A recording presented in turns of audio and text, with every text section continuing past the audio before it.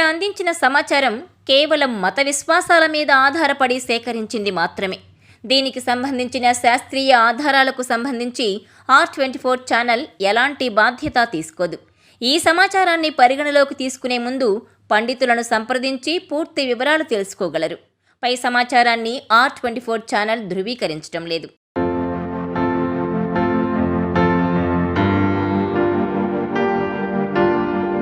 దేవుళ్లంతా అలంకారాలతో దర్శనమిస్తారు.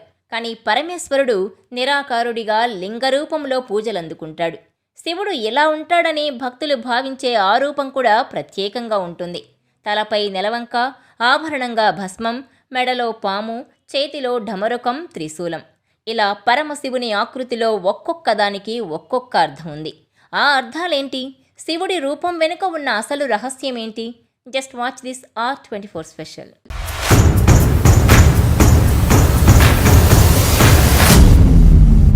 శివుడు ధరించే పులి చర్మం భూతతత్వానికి, తలపై గంగ జలతత్వానికి, మూడో నేత్రం అగ్నితత్వానికి, విభూది వాయుతత్వానికి, శబ్ద బ్రహ్మస్వరూపమైన ఢమరుకం ఆకాశతత్వానికి చిహ్నాలు.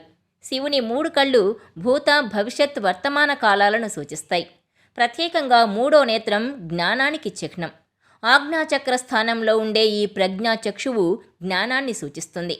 ఈ ప్రదేశమందే ఎడ, పింగళ, సుషుమ్న నాడులు కలుస్తాయి. దీన్నే త్రివేణీ సంగమం అని అంటారు. శివభక్తులు 3 అడ్డగీతలు ధరిస్తారు. ఈ 3 నామాలు జాగృతి, స్వప్న, సుషుప్తి అవస్థలకు చిహ్నం. ఈ 3 రేఖలను త్రిగుణాత్మకమని, మధ్యలో బిందువు గుణాతీతుడవు అవు అని సూచిస్తుంది. అలాగే త్రిమూర్తులకు భేదం లేదనేందుకు సూచన కూడా ఇదే. శివుడు ఎప్పుడూ విభూదిని ధరిస్తాడు. సృష్టి ఎప్పటికైనా నశించేదే, చివరకు మిగిలేది బూడిదే.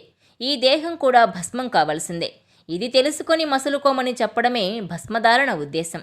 భస్మం పరిశుద్ధతకు కూడా సూచన. త్రిశూల ధారణ వెనుక కూడా మరో పరమార్థం ఉంది.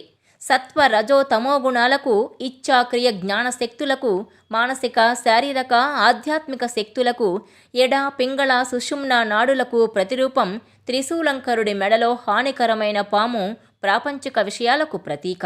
ఎంతో హానికారాలైన కామ, క్రోధ, లోభ, మోహ, మద, మాత్సర్యాలనే విషాలను జయించడం చాలా కష్టం. అవి మనిషిని వీడి వెళ్ళలేవు.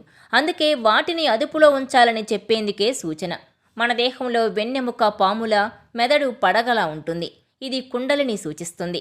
ఇంకా చెప్పుకుంటే శివుడి శిరస్సును అలంకరించిన చంద్రవంక మనోనిగ్రహానికి ప్రతీక. తలపై ఉండే గంగాదేవి శాశ్వతత్వానికి ప్రతీక. పులి చర్మాన్ని శివుడు ఎందుకు ఆసనంగా చేసుకున్నాడు అనే దానిపై శివపురాణంలో ఓ కథ చెబుతారు. శంకరుడు సర్వసంగ పరిత్యాగి, దిగంబరుడిగా అరణ్యాలు, శ్మశానాల్లో తిరుగుతూ ఉండేవాడు.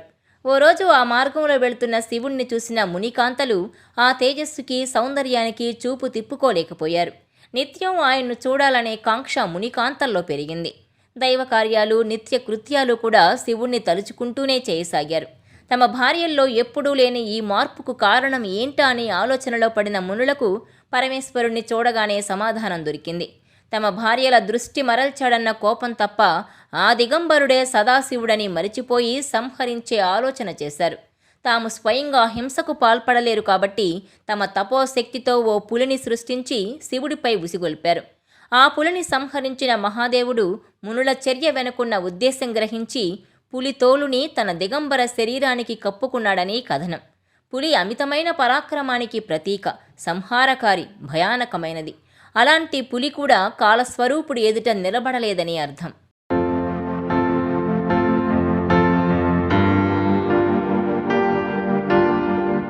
ఈ వీడియో మీకు నచ్చినట్లయితే please share, like and subscribe R24 Telugu.